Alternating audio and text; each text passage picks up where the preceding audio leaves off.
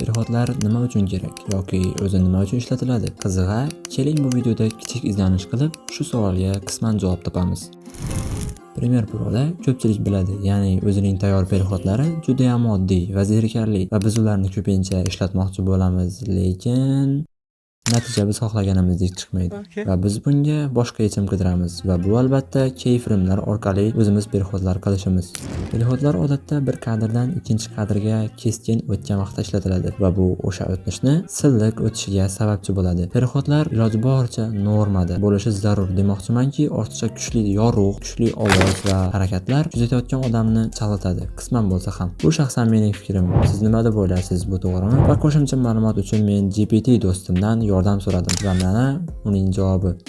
Perihodlar yoki transitionlar video montajda sahnalar yoki kadrlar o'rtasida silliq o'tishni ta'minlash uchun ishlatiladi. Xuddi men aytgandek gapni aytdi va ChatGPT bizga perihodlarni 5 xil to'liq maqsadlarini ko'rsatib berdi. Birinchi maqsadi bu albatta vizual o'tkazuvchilikni ta'minlash. Ya'ni bu degani bir sahnadan ikkinchi sahnaga keskin sakrashni oldini olish uchun transitionlar ishlatiladi. Bu tomoshabin uchun video oqimini tabiiy va silliq ko'rsatadi. Ya'ni aytmoqchi bo'lganimdek, keyingi kadrga o'tganda odamning diqqati bo'linmasligi uchun ishlatiladi. Keyingi maqsadi bu albatta kayfiyat va hisni yetkazish. Ba'zi transitionlar, masalan, fade to black yoki cross dissolve tomoshabinga muayyan hissiy kayfiyatni yetkazish uchun qo'llaniladi. Masalan, fade to black odatda sahnaning tugashi yoki dramatik pauzani ifodalaydi.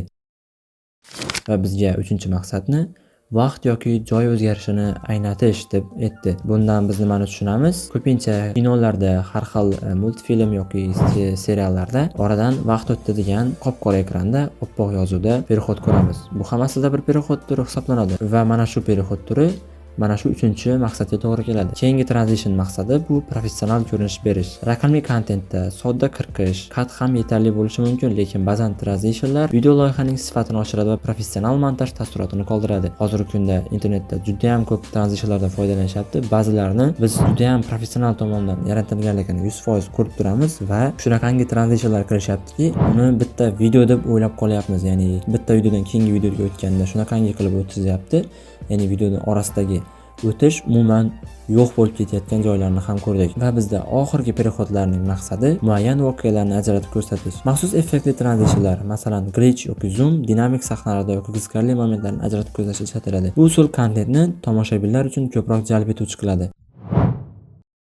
Mana o'zingiz ko'rganingizdek, perihodlar turli joylarda qo'llanilishi mumkin. Odatda ko'pchilik yoki hatto siz video montajchi bo'lmoqchisiz yoki shunchaki videolar edit qilishga qiziqasiz va videolaringizda har xil perihodlar ishlatasiz. Ba'zilari videoga mos kelmasa ham umuman perihod ishlatmassiz. Xullas, bu videoda nima demoqchiman? Perihodlar video montajning bir qismi va ulardan foydalanish o'zingizga bog'liq. Perihodlardan to'g'ri foydalanishni unutmang va bu video sizga foydali bo'lgan bo'lsa, like, kommentariy va obuna bilan menga bildiring. Meni xursand qilgan bo'lasiz.